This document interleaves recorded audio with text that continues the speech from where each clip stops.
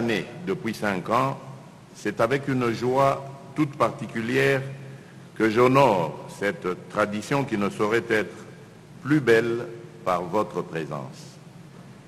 Procédant certes d'une exigence de bienséance dans les relations entre les États, ce cadre nous offre réciproquement de nombreuses opportunités, notamment celle de passer succinctement en revue les faits ayant caractérisé la marche de notre nation, notamment dans son rapport au monde extérieur, au cours d'une période donnée, ici, l'année écoulée. Tout comme elle nous réserve en même temps la possibilité d'introduire la communauté des nations que vous représentez aux projections et perspectives nouvelles dans lesquelles s'inscriront la communauté des nations que vous représentez, aux projections et perspectives nouvelles dans lesquelles s'inscriront les relations entre notre pays et le reste du monde pour la nouvelle année qui commence. Monsieur le doyen du corps diplomatique, mesdames et messieurs les membres du corps diplomatique,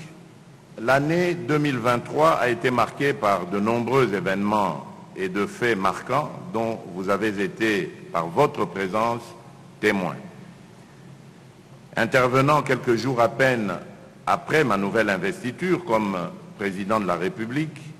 et gardant à l'esprit la triste résurgence des changements anticonstitutionnels de gouvernement sur le continent et le recul des libertés fondamentales, je m'en voudrais de ne pas revenir en premier lieu sur les élections générales qui se sont tenues ici, en République démocratique du Congo, le mois dernier. Ces scrutins, inédits dans leur forme ainsi que dans leur mobilisation, et financés à 100% sur fonds propres, ont consacré la souveraineté du peuple congolais qui, conformément à la Constitution et par l'exercice de son droit civique, s'est librement choisi de nouveaux représentants au niveau présidentiel, législatif, provincial et communal. À ce propos, j'aimerais à nouveau saluer et exprimer ma reconnaissance au gouvernement ainsi qu'à la Commission électorale nationale indépendante, la CENI, qui ont surmonté avec succès ce défi. Cette reconnaissance va également et avant tout au peuple congolais, que je remercie pour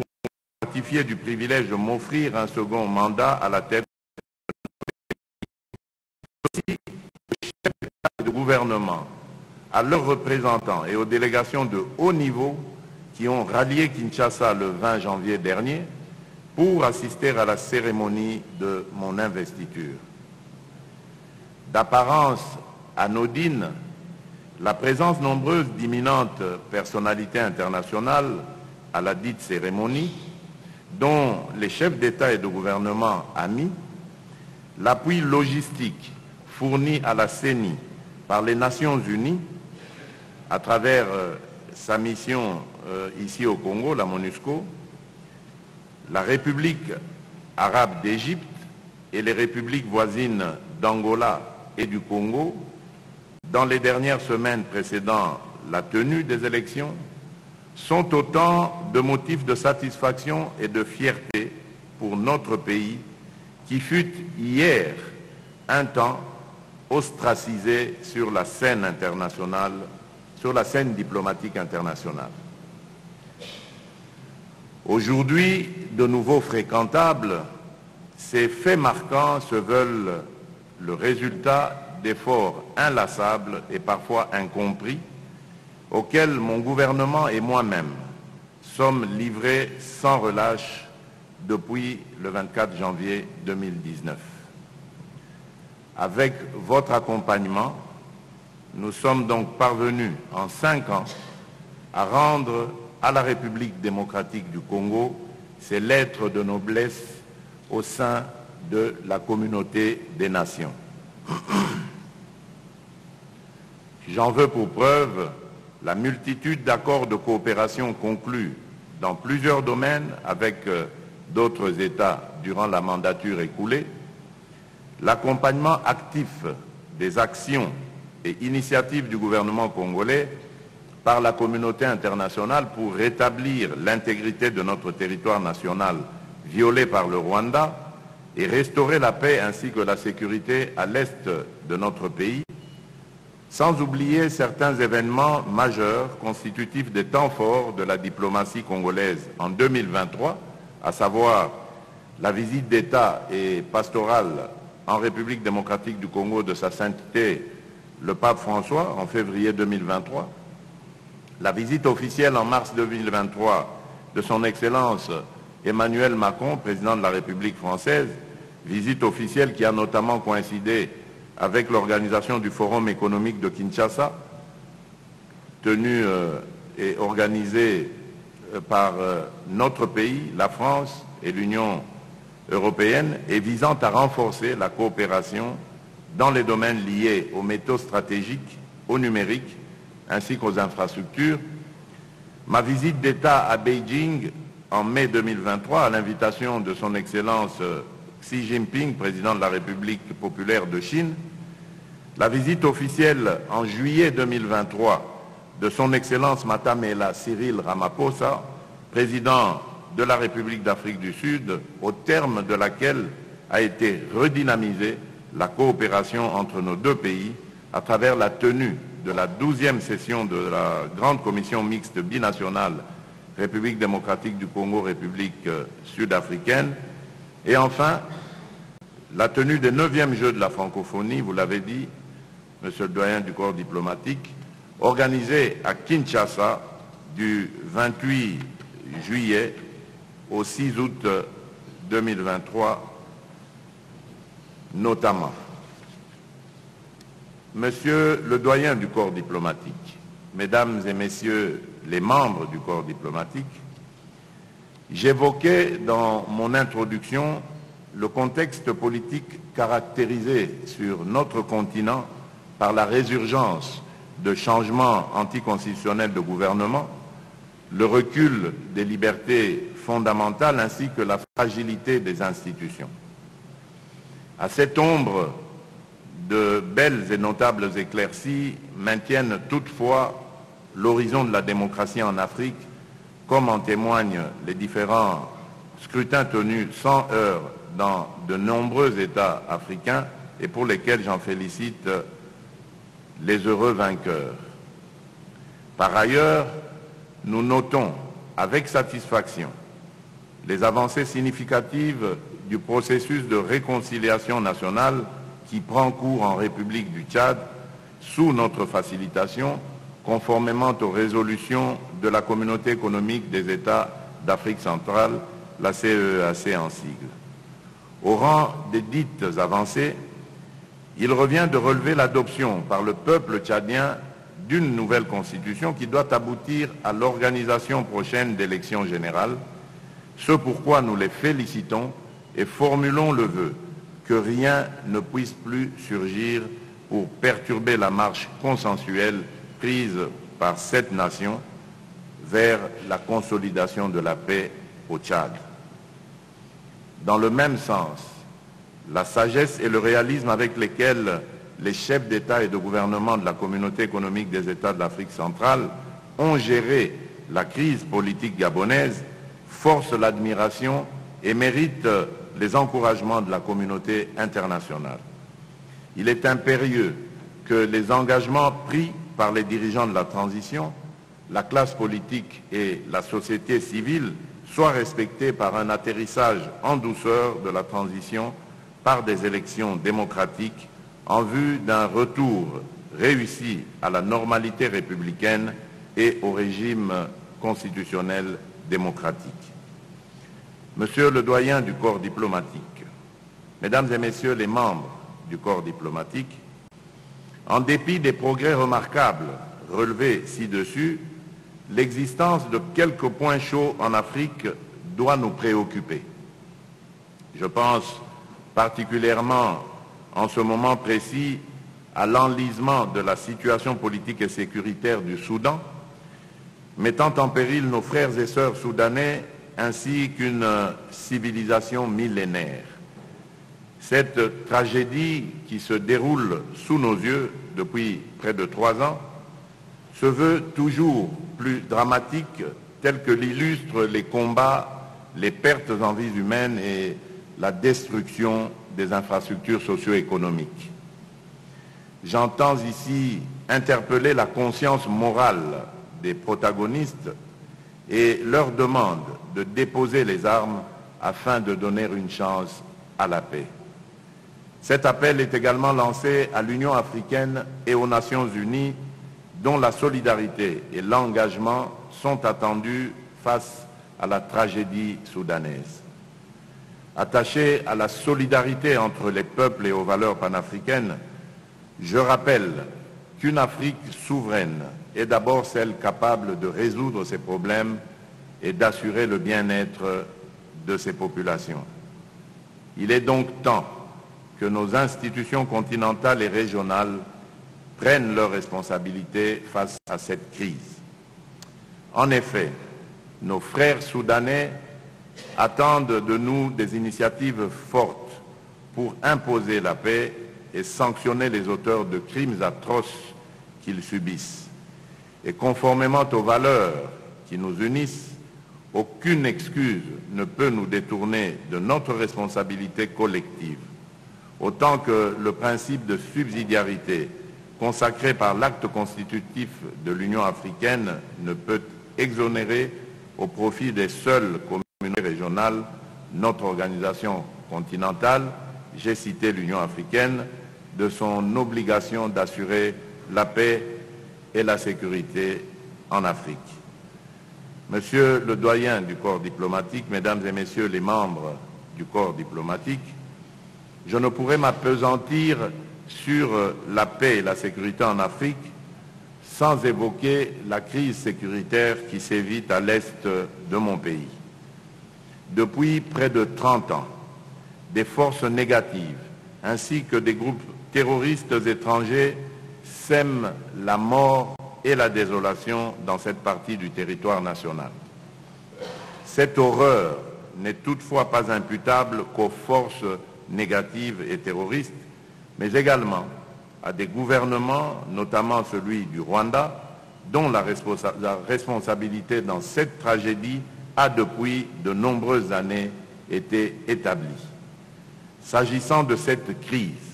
et particulièrement de l'occupation d'une partie de la province du Nord Kivu par la coalition composée des forces de défense rwandaises, les RDF en sigle,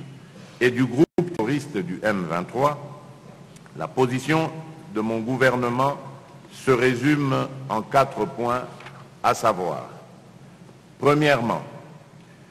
mon gouvernement réitère le caractère non négociable de la souveraineté et de l'intégrité territoriale de la République démocratique du Congo, de même que le bien-être de ses populations. Deuxièmement, le gouvernement rappelle son droit et son devoir de prendre toutes les dispositions requises pour défendre l'intégrité territoriale et la souveraineté de notre pays et sécuriser nos populations ainsi que leurs biens. Nul n'a le droit de l'en empêcher. C'est pourquoi, en ma qualité de commandant suprême de nos forces armées, je rassure une fois de plus qu'aucun effort ne sera ménagé pour obtenir le retrait des troupes rwandaises de notre territoire, l'éradication des groupes armés et la restauration de la paix dans toutes les zones en proie à l'instabilité. Troisièmement, le gouvernement reste fermement attaché à la mise en application du plan de paix issu des processus de Nairobi et de Luanda, endossé par l'Union africaine et soutenu par les Nations unies. Ce plan demeure la seule voie valable pour un règlement pacifique du conflit qui oppose notre pays à son agresseur, la République du Rwanda.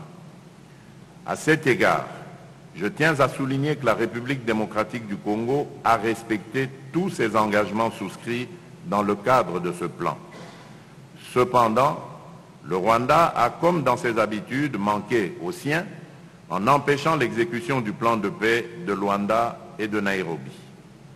À ce jour, les forces de défense rwandaises continuent à opérer impunément et en violation du droit international sur notre sol, comme l'attestent les rapports des groupes d'experts de l'ONU sur l'insécurité à l'est de la République démocratique du Congo,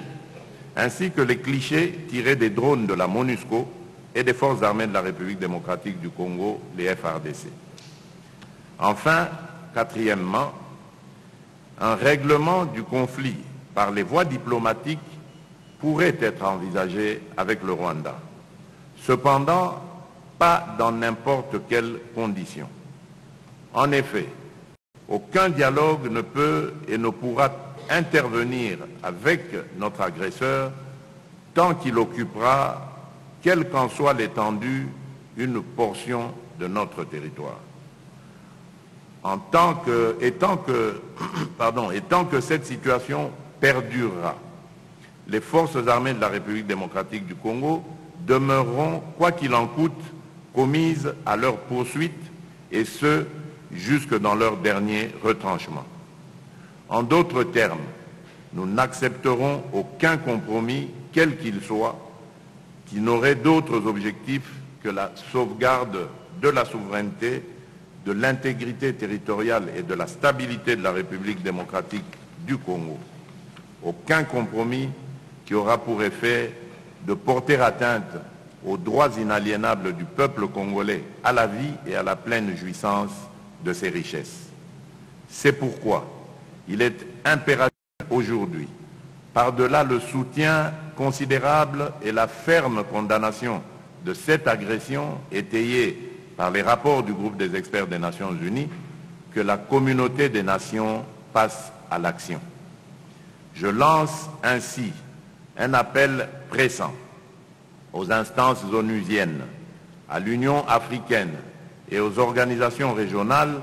pour que soient initiées des sanctions ciblées à l'encontre des responsables rwandais et ceux du mouvement terroriste du M23 qui s'adonnent à la violation de notre souveraineté. En l'absence de telles sanctions, conformément au droit international, le Rwanda et ses alliés persisteront dans leur défiance face à la stabilité internationale sans craindre des répercussions. Avant de refermer ce chapitre consacré à l'évolution de la situation sécuritaire à l'est de notre pays, je ne pourrais manquer d'exprimer ma satisfaction ainsi que celle de mon gouvernement en rapport avec le plan de désengagement complet, progressif, ordonné et responsable présenté par la MONUSCO au Conseil de sécurité des Nations Unies et adopté à l'unanimité le 20 décembre dernier en vue du retrait définitif du contingent onusien déployé sur notre territoire. Je saisis cette occasion pour saluer, tout en les félicitant, le sens de responsabilité, l'esprit constructif et le réalisme des membres du comité conjoint gouvernement congolais MONUSCO, rédacteur de ce plan. Je voudrais aussi saisir cette opportunité pour saluer le déploiement dans la province du Nord Kivu de la force régionale de la communauté de développement de l'Afrique australe, la SAMI-DRC en sigle, venue en appui au FARDC dans les opérations menées contre la coalition RDF M23. Monsieur le doyen du corps diplomatique, mesdames et messieurs les membres du corps diplomatique, en ce début d'année et au moment où le peuple congolais vient de me renouveler sa confiance, je tiens à rassurer tous nos partenaires, publics et privés, nationaux comme internationaux, de notre volonté à maintenir le niveau d'engagement jusqu'ici enregistré avec la communauté internationale. En effet, la République démocratique du Congo demeurera un espace de coopération ouvert à tout partenariat gagnant-gagnant dans le strict respect des lois nationales et conforme à son nouveau projet de société. Un projet de société conçu à travers 6 engagements, à savoir Premièrement, l'engagement à stimuler la création d'emplois en encourageant l'entrepreneuriat, particulièrement chez les jeunes et chez les femmes. Deuxièmement, l'engagement à protéger le pouvoir d'achat des ménages en stabilisant l'inflation et en contrôlant le taux de change. Troisièmement, l'engagement à offrir plus de sécurité à nos concitoyens et d'assurer avec plus d'efficacité la sécurité et l'intégrité de notre territoire national. Quatrièmement, l'engagement à diversifier et accroître la compétitivité de notre économie en mettant l'accent sur la transformation locale de nos produits agricoles et miniers et en exploitant ainsi pleinement nos ressources nationales. Cinquièmement, l'engagement à améliorer l'accès aux services de base à travers notamment l'extension de programmes phares tels que ceux de la couverture santé universelle, de la gratuité de l'enseignement, ainsi que du plan de développement local des 145 territoires. Et enfin, sixièmement, l'engagement à renforcer l'efficacité de nos services publics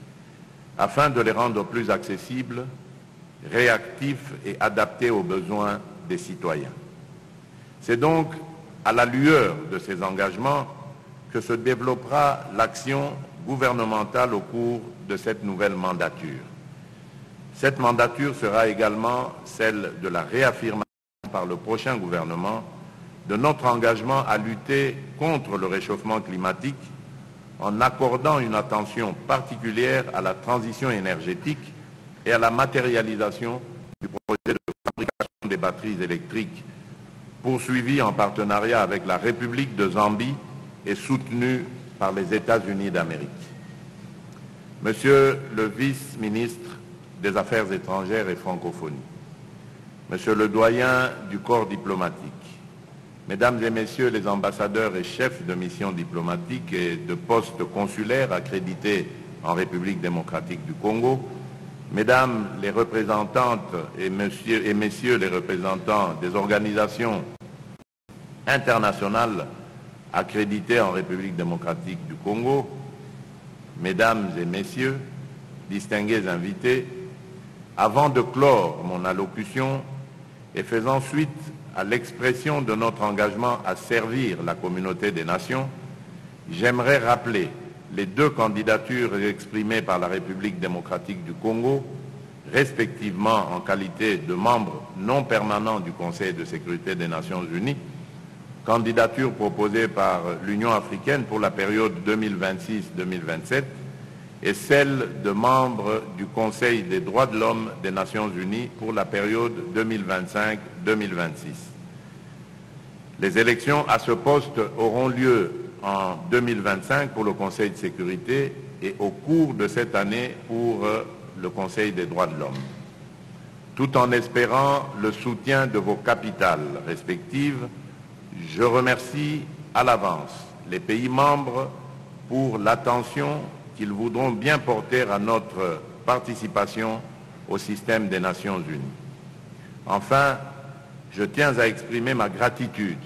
envers la communauté internationale pour son soutien indéfectible et souhaite, à l'occasion de ce nouveau quinquennat, renforcer avec elle la coopération bilatérale et multilatérale dans tous les secteurs de la vie nationale. Que vive l'amitié entre les nations, que vive la coopération internationale. Bonne année